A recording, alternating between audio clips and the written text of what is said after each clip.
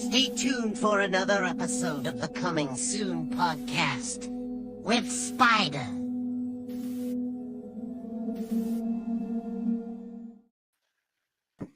Hey everybody, Spider here once again, Coming Soon podcast, San Antonio, Texas, being joined by James Frederick Spake. My man, how are you doing, sir?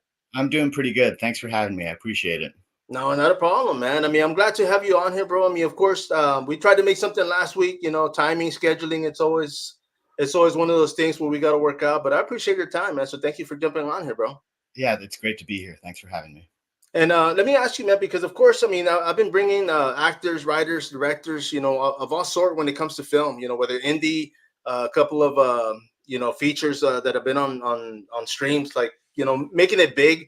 Being an actor, first off, man, I mean, are you first in the family to be an artist? I mean, do you have writers? Do you have musicians in the family as well?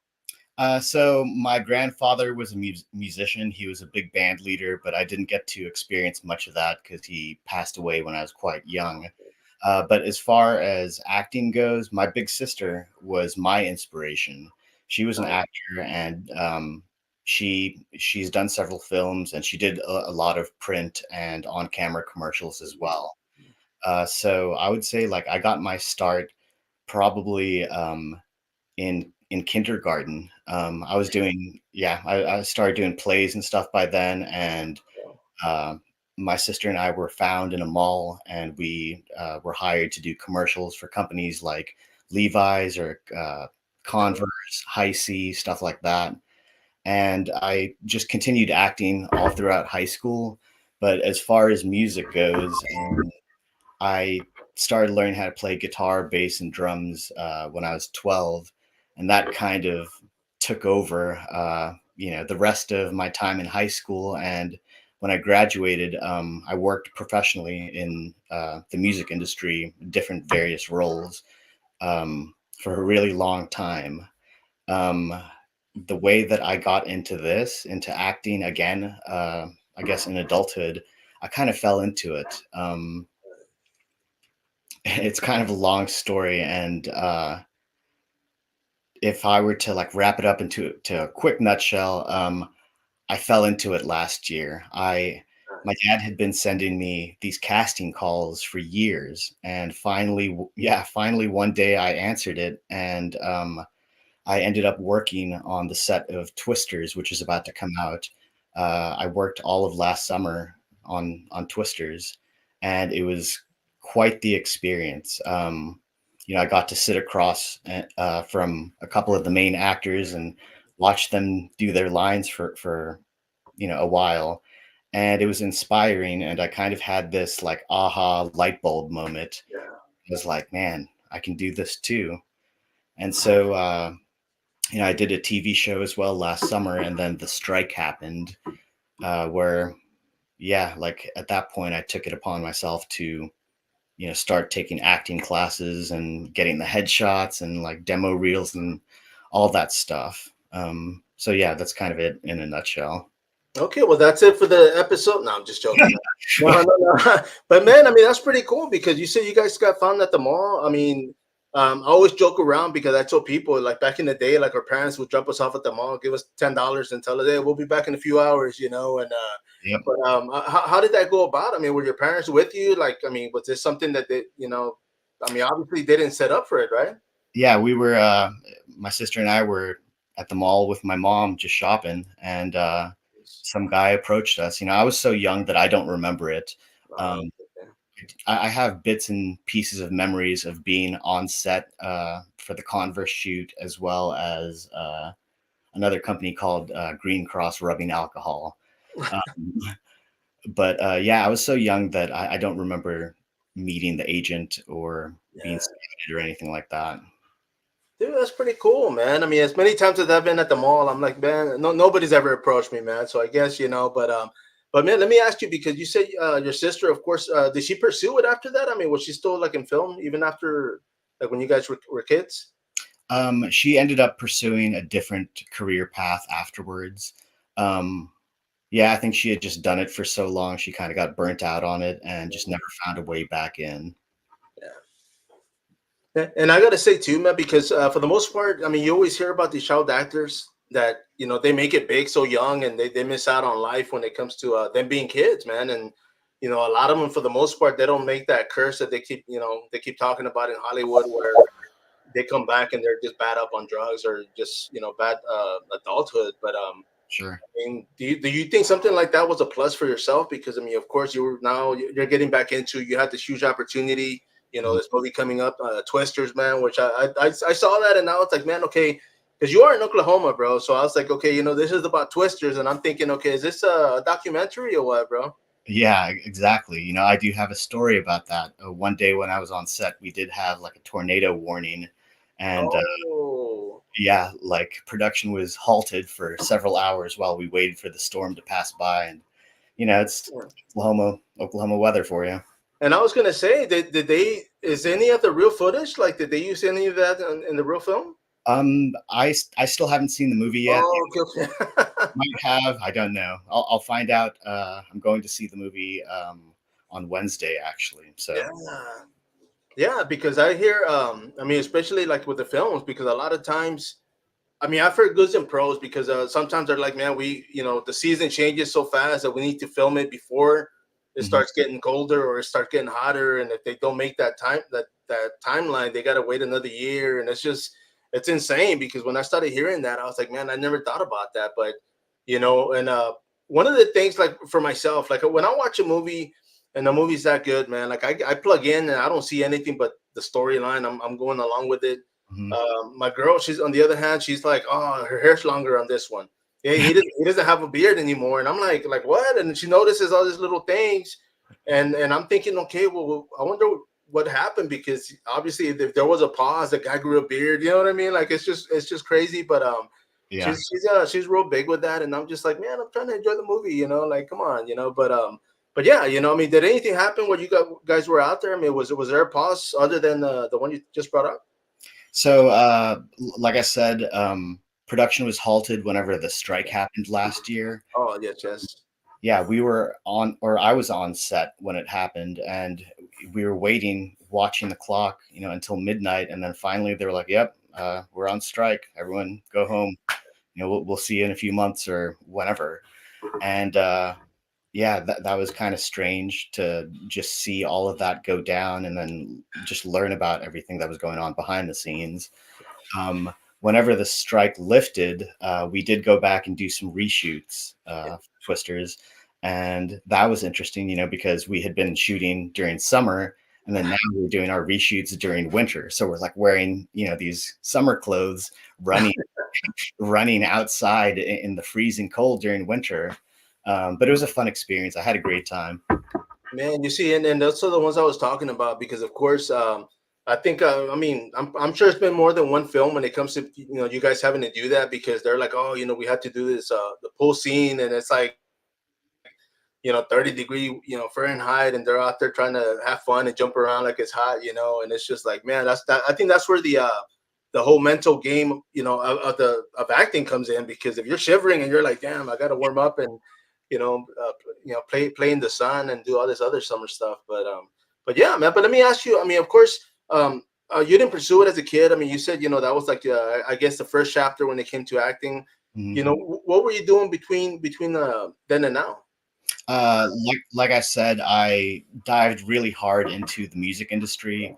I've had my own bands. I've played as a hired gun for other people, which means that they needed someone to fill in, and they called me last minute to do it. I've done that. I've produced lots of acts as well. Right. I've worked as an engineer. I spent a long time as a music teacher as well. Oh, Um, sweet. yeah, so that took up a great deal of my life. In between, I was a business owner for about 5 years, which was a very interesting ordeal. And like what set me on this acting path again was kind of a series of traumatic events.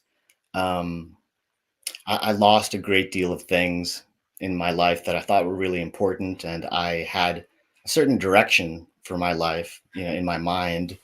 And yeah, I lost all that, had to move back in with my parents, had to kind of figure things back out. And I answered that casting call. And then, here Oh, we, yeah. and earlier because you did mention that your dad was sending you all these as far as like for movie roles. Was that him kind of telling you like, hey, get out of that little funk and do something? I think so. I think so. Yeah, I do have to plug Freihofer Casting because they're the ones who really got me started on this and gave me a lot of opportunities.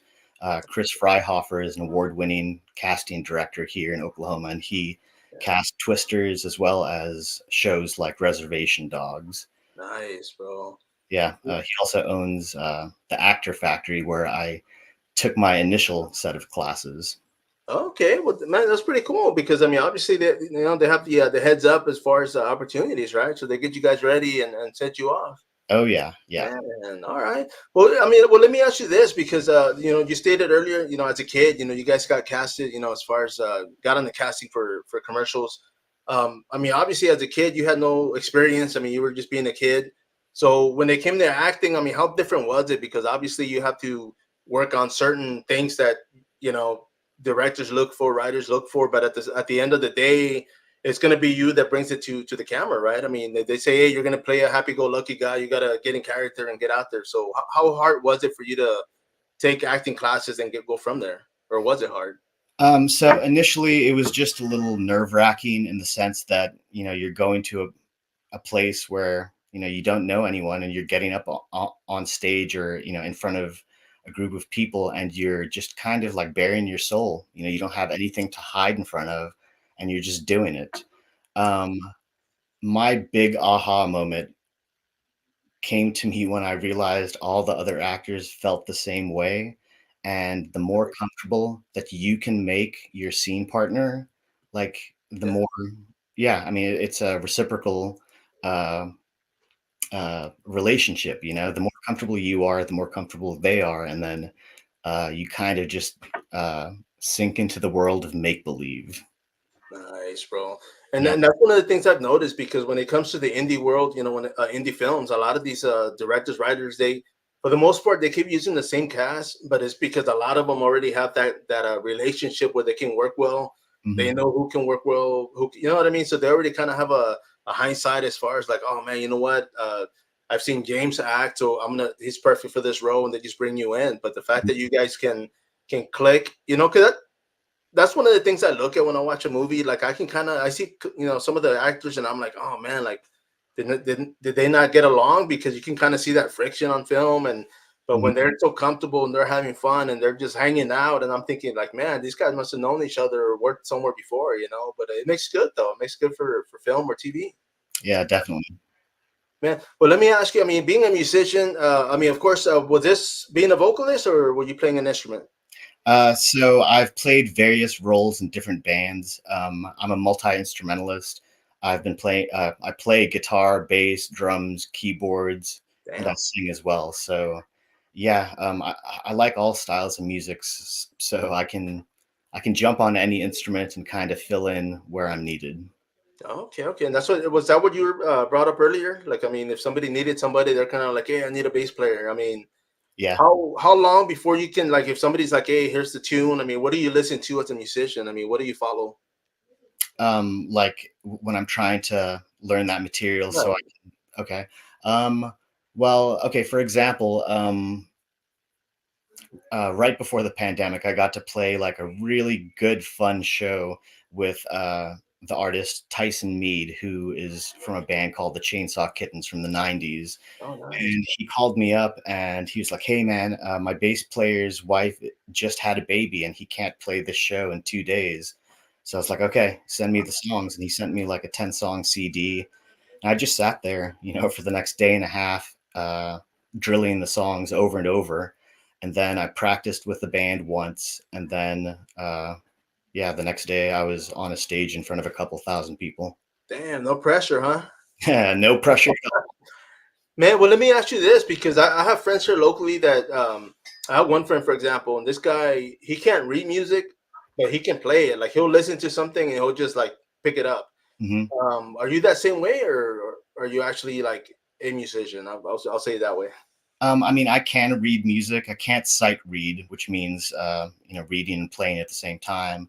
But I find it easier just to like really play along with the music and then kind of create like a mental map for the music. Yeah, I don't know if that makes sense, but it No, no, works. yeah, for sure. I mean, you get in that zone, right? I mean, you gotta kind of like sink in and be like, okay, you know what, the drummer. I mean, I've been around music so much. I mean, I mentioned earlier, I used to distribute vinyl back in the 90s, had an underground magazine where I used to interview musicians.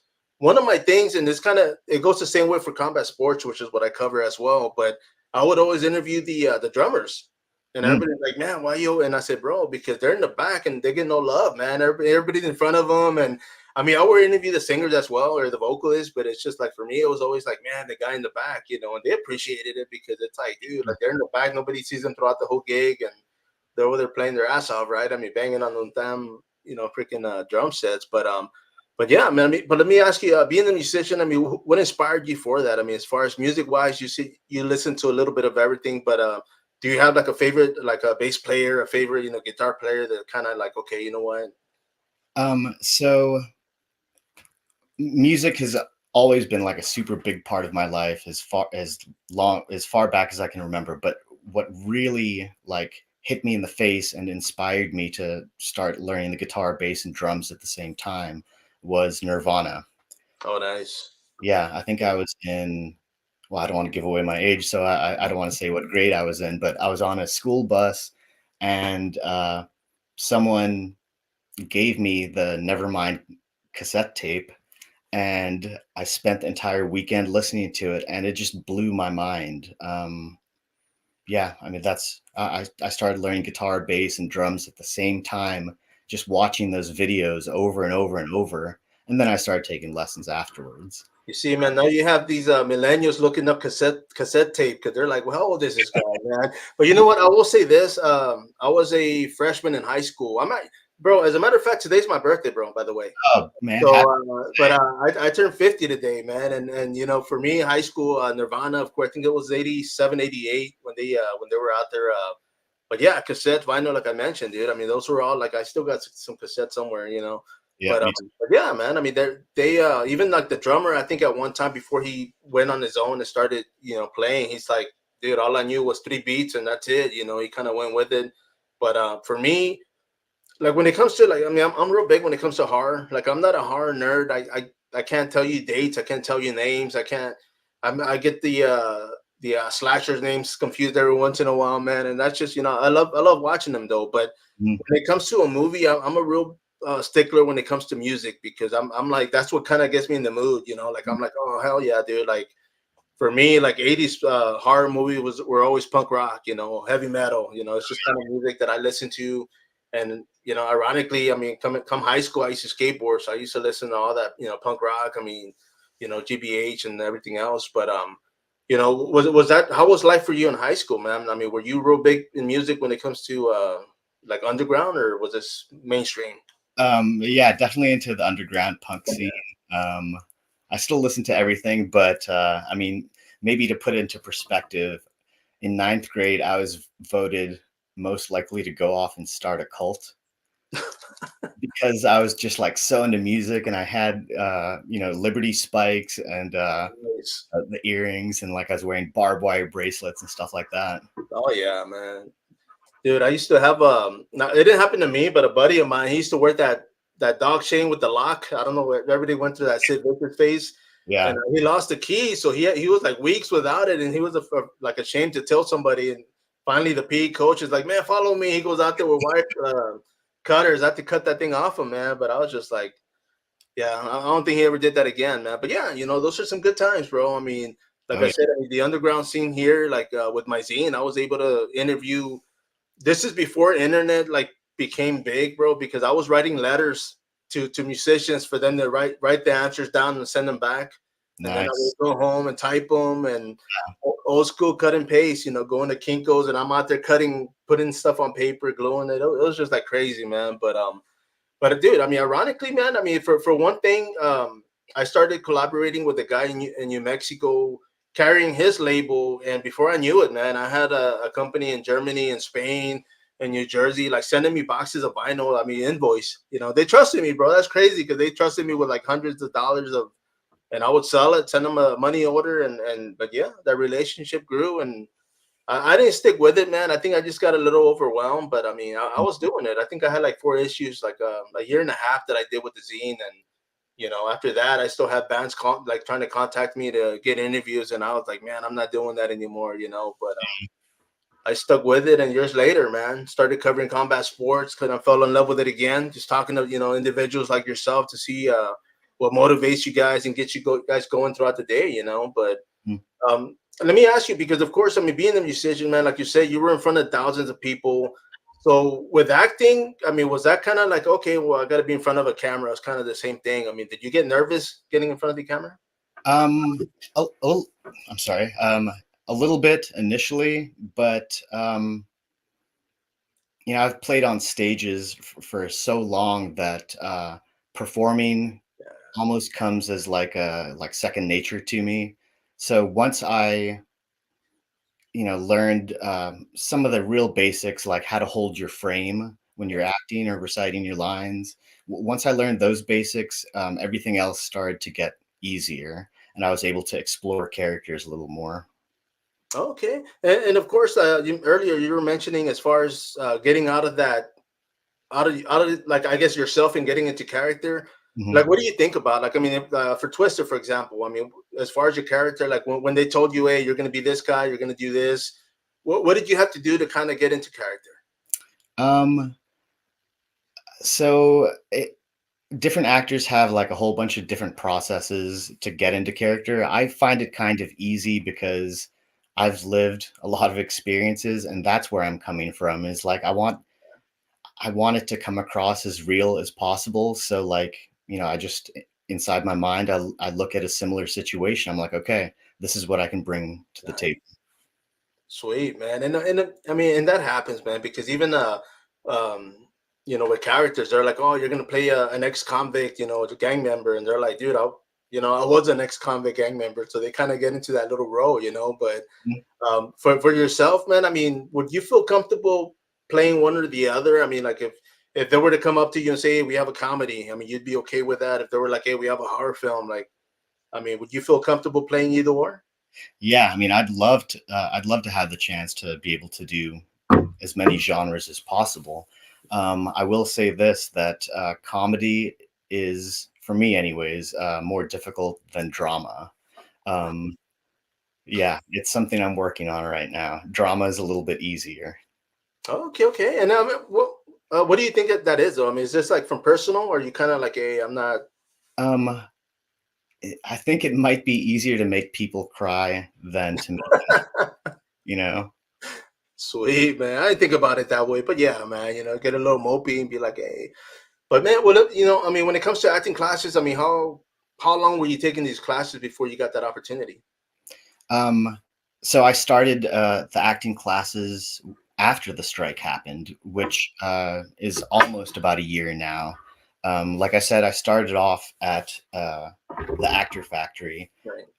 but now I'm taking classes at this new place, which I just have to give a shout out to OFA Studios, Oklahoma Film Actor Studios. Kyler Kaufman, my coach, has kind of just really helped me elevate my performances and just make me more comfortable on camera. And I can't thank him enough. It's like an ongoing class that I take every week. And Nice. I don't plan on quitting unless I get busy and get jobs. But I think that's something that all actors really should do, is just keep on staying in class and playing and meeting new actors, aspiring actors, older actors with more experience. It's a very, very fun community to be a part of. Yeah. No, you see, and I've had actors on here as well, man, that have jumped on and they're like, oh yeah, I do an online, acting class like once a week just to kind of freshen up and get that experience. And I think that's great, man, because I mean, for me, like, people always ask me like, hey, who's your favorite actor? And they're talking about like Nicolas Cage. They bring up like all these big names, and like, and I won't mention names as far as some of the actors, but a lot of these actors, they're the same person in every movie, man. And I'm kind of like, well, are they really acting? They're just kind of being themselves. I mean, I don't know them off the camera, but it's just, Johnny Depp. I mean, I can't see him outside that Caribbean, outfit anymore because of those movies. But it's like I don't see him like being the greatest actor out there. I mean, the roles, of course, he's done a lot, and I mean, great man. I mean, I'm happy for him because I think his first movie or was Nightmare on Elm Street, I believe, where he was a victim. They killed him off right away, and even then, they picked him up and they loved him for what he did, and got those opportunities. But it's just for me, and a great actor would be somebody that can get outside and be a different character. I mean, some of them get typecast, and that's kind of, I guess, is that kind of what you were like, man, I want to do different genres just to kind of get out there. Yeah, it's fun. I want to do as much as possible, experience as much as possible. Let me ask you this, man. If there was an opportunity and they were like, hey, you know what? We have a horror movie coming up. You can either be the hero or you can be the slasher. I mean, which would you pick, bro? Oh gosh. It is fun playing bad guys, I'll say that. Um, that's a hard question to answer, and yeah, I'm not sure. I would be happy playing either role. Nice, man. Nice, bro. And I didn't want to throw you under the bus with that one, dude. But yeah, bro, it's just, I mean, because of course, I mean, opportunities come. One of the things, when being casted is that if it's for a long role, I mean, where you're going to be, busy for like weeks. I mean, of course, you miss out on some stuff because they're like, hey, well, we're going to film around the same time. I mean, has obviously you just started, but I mean, when it comes to being a musician, did that ever happen where you're already booked and they're like, hey, we want you guys to play this weekend, and you have to kind of pick and choose which one? Yeah, exactly. And I've experienced that recently as well, Oh, with man. several different acting roles, commercial as well as film. And it's a good experience to have, to have these opportunities present themselves, and then you kind of just get to pick and choose. No, no, for sure. Because I mean, I'm sure you want to do all of them, but I mean, if it's just like, hey, you can't do them all. Mhm. Yeah, because I've had I'll say this. I mean, I am here in San Antonio, man. I had two opportunities to be in episodes for as an extra, for Netflix. It was two films. They wanted me out there Monday, Tuesday, both times, bro, and I couldn't because work. Oh We were man. going for this little thing at work where they needed me there, man. And if it wasn't for that, like my boss was like, man, like next time, like let us know and we'll make it happen. But those opportunities came quick. They were last minute, so it's not like I was able to plan them. But yeah, but I'm hopeful. It's just I was just like, well, you know what? I got two calls. I was like, man, they'll come back, or I'll get more opportunities. And Yep. I'm still waiting patiently. I mean, I've been offered a few parts as an extra, here locally, and that because of everything I do, man. I think being an extra for me would probably work. I'd be happy. I would be more comfortable because I don't think I'd have that time to be there like 2 3 weeks. Honestly, Mhm. or for a whole week, or But for those that can, by all means, man. I mean, I'm rooting for everybody, man. I hope everybody makes it. And let me ask you this, because having gone through the experience, as a kid, being in commercials, being a musician. I mean, you're getting back into acting. What would be the most, as far as like for you to be like, okay, you know what, I've done it all, man. Like I'm happy. Oh man. Oh, gosh, I guess like I'd love to work with Keanu Reeves and maybe even play Oh, some nice, music with him man. too. Sweet. And I Yeah. was gonna ask you that too, man. Like, who would you want to be? Even if it wasn't co-star, but co-star, I'm sure it'd be freaking killer, man. But yeah, Keanu, dude, that's a cool dude, man. The guy, obviously, he does a lot for. I don't even want to say charity, but he just out of his heart, he just does a lot of good out there, man. They keep showing that. So, Yeah, totally. That's kind of those are the people I want to roll with. man, let me ask you this, bro, because for me or myself, I've had a lot of missed opportunities, man. Like that's one thing I told myself last year, and I was just like, you know what, whatever comes, like I'm gonna jump on it. If I suck at it, give her, I'm good. Like I want to try my best. I'm definitely gonna be out there to deliver. But like I've had commercial opportunities that I didn't go to because I was always quiet, like the quiet guy, man. I was always shy. I didn't want to be in front. I don't want to do it. And I regret it because I was supposed to be in two commercials here locally. I've been on TV for live TV for martial arts. Good Morning SA. I've been, Academy Sports. I was there like in two little like live showings of back to school. They taught to me, and I'm over here working. I'm working on TV, right? But I've had stuff like that. But I mean, I was supposed to be an extra in the Selena movie, which was filmed here locally. I was supposed to be in the REM video, the one Wow. that Everybody Hurts was filmed here, like on off I-10, the highway, man. They closed everything off, and I was supposed to be out there with my buddies, and I didn't go. Just stuff like that, bro. There was an MMA movie that was filmed in Austin, and they were like, yeah, you can show up, you can be, you're a media guy, you can pay the media guy. So I'm like, all right, cool. And I didn't go, man. I was just like, I don't want to go. And I hate that I didn't do it, because not to say it would have been something, who knows, but I could have at least had that experience and been like, oh yeah, I've been in a few films, it's like. But yeah, now I'm taking it, bro. Like I'm not saying no. It's like, I mean, obviously Netflix, came, but the next ones I'm ready. They call me to Hollywood, brother. I'll pack up and head out there, man. Yeah, right on. Well, these opportunities present themselves all the time. So No, yeah, no, for sure. And let maybe me ask you, like yourself, are you in the position right now where if somebody were to call, like you can pack up and head out? yes, I've prepared myself for that. And yeah, I'm ready to go. I just actually signed with a new agency, which I'm really happy about, and I'd like to give another name drop, the Tab Agency. I'm so excited to work with these people. They align exactly with my thoughts and beliefs about this entire industry, and like I feel they are just excited about my career as I am. Dude, that's awesome. Yeah, it's Yeah. a great feeling to finally have that. Um, and yeah, I'm just looking forward to what the future holds. Man, you see, and that's kind of cool, because I never thought about that, because I mean, I got fighter friends that are in fight, management companies, and a lot of them, I mean, they're good and they're bad, and it's just like, man, if you're not happy, then go, go where you're gonna be happy, especially with people that are gonna believe in you, bro, because even with like a lot of the directors, like even movie, makers, and people out there hustling, bro. Like I'm like, if you're telling me like, hey, you're gonna be in this film, like I'm promoting the hell out of that film, bro. Like I'm gonna be like, hey, you know what, like, and for the most part, I see a lot of people doing that, but then I see a lot that don't, and I'm kind of like, I don't know why that is. I don't know if they're just like, hey, pay me and I'm on it, on next. But I mean, I would be, man, I'd be gloating. I'd be out there, promoting it as much as possible, and just letting people know, because even like the small roles that I'm in, I do a lot of voice acting. I've been the radio guy, I've been the radio evangelist, I've been the guy taking orders. Hey, table 4, ready? Stuff like that. Just a little backdrop, but I'm having fun with it, and it's just like if an opportunity bigger than that would come up, or man, by all means, I'd definitely jump on that.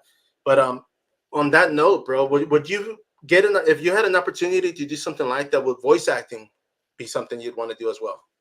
Yeah, that's actually something that I'm working on right now. I'm writing a like a commercial script for me to record and send out, but I'm also working on like a theatrical side. So like when I say commercial and theatrical, like commercial would be like the voice for like Chili's or something like that, and then theatrical would be like more cartoons and stuff like that. Okay, okay. Like I absolutely love that art, and it is an art, Yeah. creating all those different kinds of voices. In fact, my favorite voice artist is Hank Azaria. Yes, bro. Yeah, there's Yeah, it's cool, man. so much more. Yeah, Man, you see, like doing these conventions here locally, man, and I gotta thank like everybody that's allowed me to be out there, because here locally, man, I mean, they allow me to go up and do interviews, and of course, I always ask, the actors or their management, like, hey, you know what? I mean, this is who I am, this is what I do. Can I get a few questions? And for the most part, they're cool with it, man. I think during the strike was the biggest, when they were like, oh, we can't do it, and I respected that.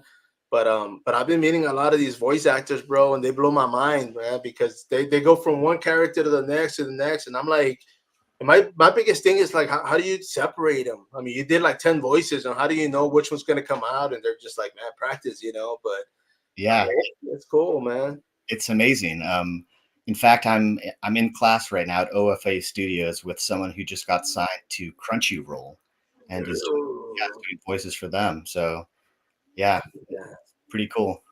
Yeah, man. Because I mean, with something like that, and I've had some ideas, and I haven't done them myself, but I'll definitely talk to you off the record on these because I've been kind of like something kind of like what you mentioned, doing a little theatrical where you can do your own commercial. Yeah. Because there's so much stuff out there, and like I've worked at Academy Sports here in San Antonio for years, man. I've always been there part-time season. I love working there, man. Great company. Mhm. And it's like every time I go, I'm like, man, I'm gonna blow myself up playing soccer and change the ad on the wall and see people notice it. But it's just, I mean, stuff like that. I mean, it's just like but to be able to go out there and pick up a role, because I actually did an audition for a Academy sports commercial. I didn't get it, but I was just like, I already worked there. Let me throw it out there and see what happens. But I just thought it'd be funny if I did get one, and I'd be like, hey, man, I'm on TV. Yeah. I work here, man. But when it comes to voice, a lot of people like myself, man, and I'll plug him in right now. Like I've got a water sponsor, man, official water. They're here locally, and I mean, hydration, of course, is a plus. We all need water to survive. But is there something that you do as a vocalist, or even now as a voice actor, man, where do you prefer one water to the other? Um, no, I love all water. It's my favorite drink in the world. Oh yeah, you gotta Uh, love it, man. yeah. The one thing I do is like ginger and honey. Um, Okay, yeah. Uh, man. and of course, water. No, no, for sure, man. And that's why I was curious because I know, and I'm pretty sure it's got to do something with sponsors because I've had like I think Bruce Buffer is like, hey, I drink this water, and Mm. that's what he uses to preserve his voice. I mean, I'm sure it's other things, but if they're paying big money, why not? Like these guys give me free product, dude. So, but I love them, man. They're here locally, and they're hustling it, dude. And that's one of the things when I met up the guys that were doing their thing, just promoting it, and I was like, heck yeah, dude. Like I'm behind it. It's like a win-win, but yeah, but of course, being an actor, bro. I mean, you're going to be looking for. Are you particularly looking for commercial? Are you looking for film, for TV, or Uh, whichever comes first, bro? Film and TV. That would be my focus. I mean, I'm still working on commercials and stuff like that right now, but I would like to dive more into film and TV. Okay, well, you see, with that being said, too, because of course, if say like episodes, I mean, you got these series that take forever, man. I mean, obviously, you'd be busy for a couple of weeks, couple of months. Mhm. Would you prefer something like that? I mean, I'm sure it'd be steady income, or would if a big movie role would have come up and they're like, hey, we're gonna need you for a month. I mean, would you do either or which would you prefer in that situation? I would do either or. It doesn't really feel like work to me. When I'm on set, like the hours pass by really, really quickly, just because I'm so involved in what's going on, not just acting, but like interacting with the crew and just like watching what's going on. It's just such a fascinating place to be. Man, you see, and that's one of the things. Like I've done a few behind the scene photos. When I keep telling this local promoter, like, man, if you allow it, I'll go out there and grab some footage, just because I've done media for combat sports for years, man. And my thing was always like, I get the guys in the back warming up. I get them getting their hands wrapped, and I would just get those moments that they're, like after the fight, like I show it to them, and they're like, dude, like I didn't even know you were there. Like they're zoned out. They're not even worried about. But they appreciate it, man, because it's just like when it comes to even movies, if you're in something and you're doing all this work and all they do is have a clip of film and you're like, man, I was there like 3 hours, I just got like a couple seconds. But if you have somebody that's getting footage of you getting ready, of you doing, you know what I mean? Like it would just be a lot cool for yourself, to be able to keep and know that you were out there putting in work, man. Yeah, I agree. I love watching or looking at the behind the scenes photos. Um, it's just so much fun to watch people like so enthralled with what they're doing, and then just not knowing that the camera's there to capture it. No, you see, and that's another thing too. I mean, like I mentioned earlier, because you being in front of thousands and just people, playing your heart out, bro, being out there in front of people. I mean, obviously, I'm sure it's become like white noise where you walk out there and all you see is like, I mean, do you kind of concentrate on one thing more than the other when you're out there playing? Um, I like the audience kind of just fades away, and I'm really just feeling my band members. Yeah, I don't know what I'm looking at really. I might just be zoning out, but I'm feeling the energy that's going on between me and my bandmates. Man, well, not even an opportunity, man. Because on top of everything else I do, a local contractor. I deliver furniture. And Nice. one time I delivered to this university, Incarnate Word, and I get there and the lady's like, "Oh yeah, it's gonna be in that building. You got to go through the inside and it's on the other side." So I'm like, "Okay." So there I am with the dolly, right, getting this love seat. I get there and the lady's like, "Hey, you got to go to the stage," and I'm like, "Okay, no problem." So I got to go up a few steps. I'm on the stage and the whole freaking area is full, the auditorium, and I'm like, "What the world?" And the lady's like, "Hey, and she's like, "Hey, everybody, say hi to Mario," and it's like, "Hey," like I'm like, "Holy crap," I've got like a live audience, man. But Yeah.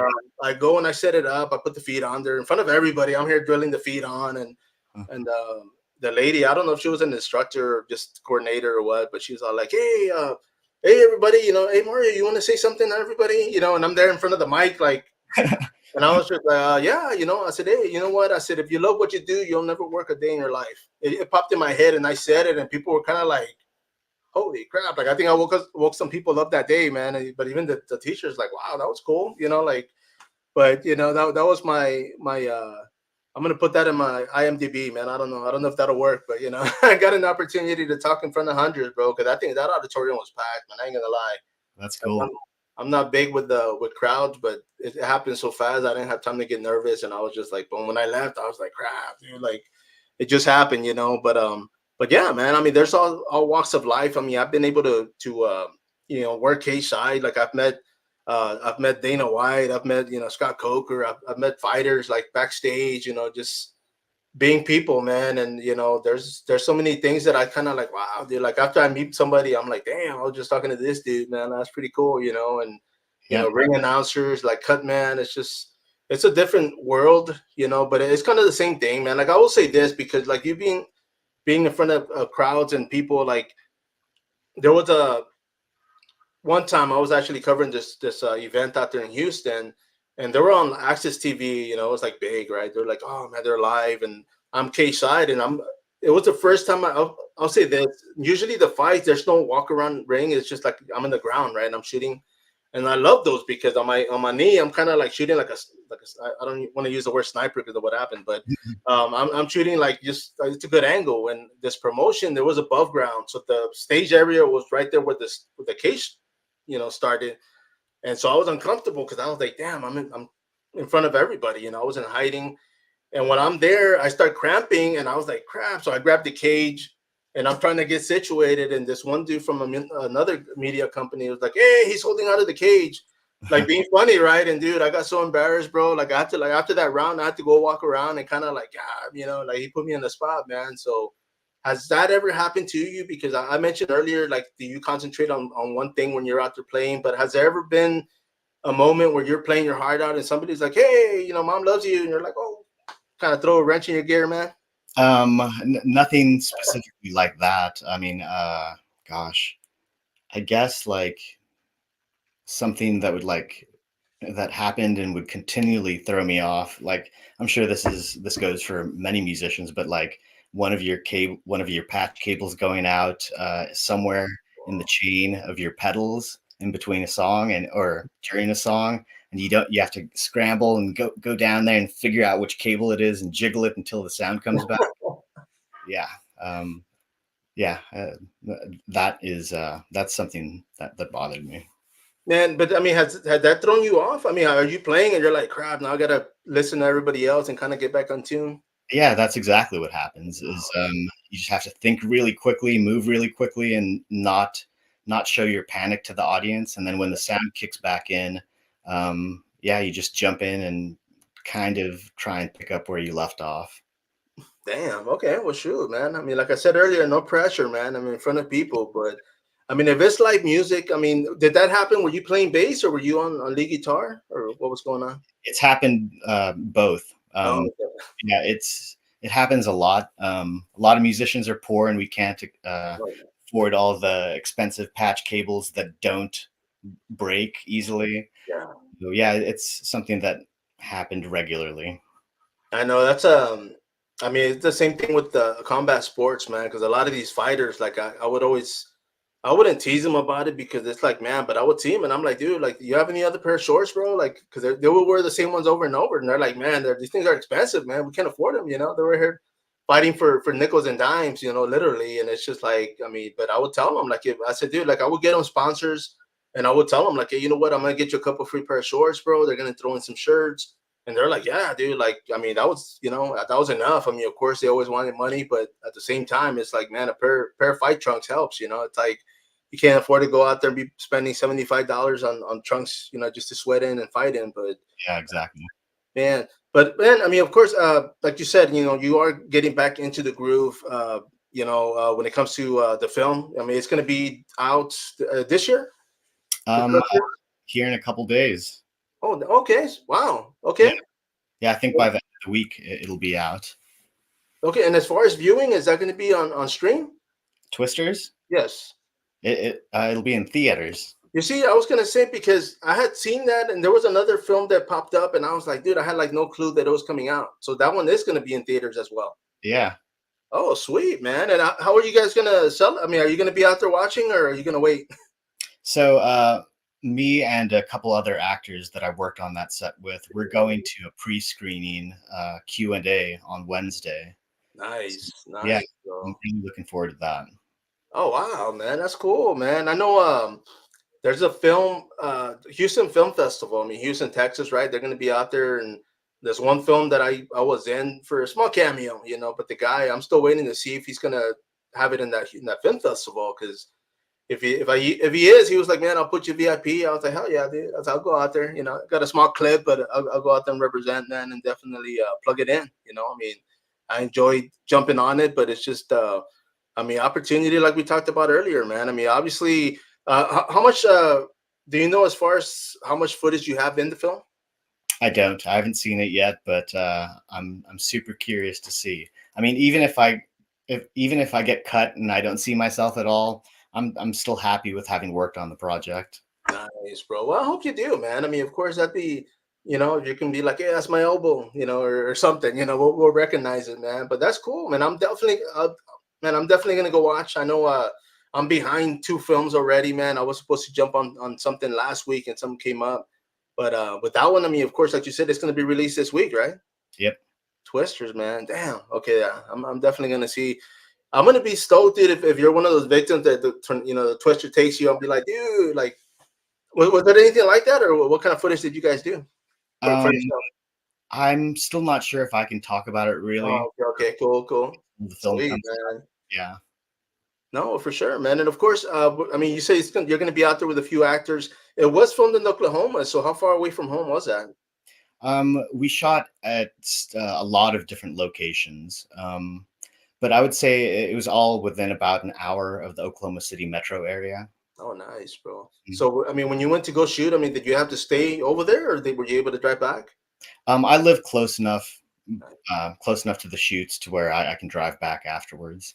Damn. Well, I mean, that's pretty cool, man. Because opportunity, I mean, you weren't too far. You know, they're like, hey, you want to film your backyard? You're like, yeah. Yep, yep. And I mean, when it comes to twisters, I mean, you know, you guys were filming, and you know that thunderstorm that those warnings were coming up. I mean, when it comes to the, I guess twisters in general, man. I mean, of course, there's been a few films out there prior. I mean, were you a fan? Oh yeah, the first Twisters. I can't tell you how many times I've watched that movie. Big fan. Yeah, it is very similar to Oklahoma Life, although not quite as dramatic. No, you see, and I can imagine. I mean, for us here, San Antonio, man, we get random weather where like we'll get rained on like hard like for a weekend. Wind every once in a while, but for the most part, the weather always misses us. I don't know if we're so much like a below sea level, or I don't know how that works, bro. 'Cause we got the Lotus, you know, it's all mountains and stuff out there, man. But once it gets close to the city, for the most part, everything always sizzles out. But I mean, we've been fortunate not to be in too much of a bad weather, you know. But yeah, I mean, I can only imagine, man. I mean, I've lived in Florida when Hurricane Hugo actually hit out there, Oh, and wow. that was insane, dude. Like that was just freaking like, damn. I mean, you couldn't hear nothing, everything moved, and you're just like You know, we were like in our sister's home. They had like a little pre-basement thing that they had set up, and it was definitely frightening, man, because we didn't know what was going on. We get out and like the whole city was upside down. Dude. It was just freaking nuts. But yeah, you know, luckily, I mean, I know a lot of people they get affected, man. A lot of people, you know, passed away during that whole ordeal. But you Mhm. know, it's just like it's kind of like I guess like you know, it's Florida. You kind of expect it. I mean, Oklahoma. I mean, it's kind of. I mean, not saying that it happens there on the weekly, but it's just like okay, well, it's you know, it's that time of the season, right? It just comes through. Exactly. Yep, exactly. Man, well, let me. I mean, have you ever been to Texas? Oh yeah. I lived in Austin for a little bit when I was playing in a certain band. Yeah, it was great, man. I Oh, loved playing down on Sixth Street and at the South by Southwest. It was a great experience. nice, bro. You see, I've been the back room. I don't know if you've ever played out there, but the back room, Pink Flamingo. Mhm. Uh, yeah, dude, those are good times, man. I mean, I mentioned earlier, you know, with the whole indie film, punk rock, and everything else, man. It was just like one of those. The only regret I have is I used to take photos, but back then it was like crap. It wasn't like digital, you know, where photos were like blurry and some were hitting this. But you know, I just wish I would have, I guess, gotten a lot of more video footage rather than photos, because at least I'd have that. But you know, times have changed, and now every time I'm out there, man, I'm still grabbing that stuff, bro. Yep. Man, I mean, being a musician, man, I mean, have releases, dude. I mean, what albums, what pieces have you been in that have been released? Oh gosh. So it's been a few years since I've released anything. Um, my drummer in my last band passed away last year, and I've kind of just been taking a break from everything to kind of process that. Um, Sorry to hear, bro. yeah, it was tragic and it was really quick, and no one expected it. Oh man, yeah, man. You see, and that's one of the things. Even now, you know, like I mentioned earlier, man. I mean, I hit the big 5-0 today, you know, and it's for the most part, you know, I'm not big. I don't celebrate much of anything, dude. I don't want to be like a grump and be like you know. But you know, life every day, bro. I wake up and I'm like, man, I'm here. You know, like I get to get up and stand up and walk around, and you Yeah. know, I take it for what it is. But one of the things I told myself, like I mentioned earlier last year, was opportunities, man. If something comes up and I can make it happen or be there, like I'm gonna be there. You know, definitely gonna be a part of something. You know, for those that are watching, I mean, of course, you know, for yourself, because I mean, this is something that you're pursuing. You know, where can they contact you when it comes to film? My number one contact would be my agent. Yeah, So you'd have to contact Sharon Tab or Stacy Mahaffey at the Tab Agency.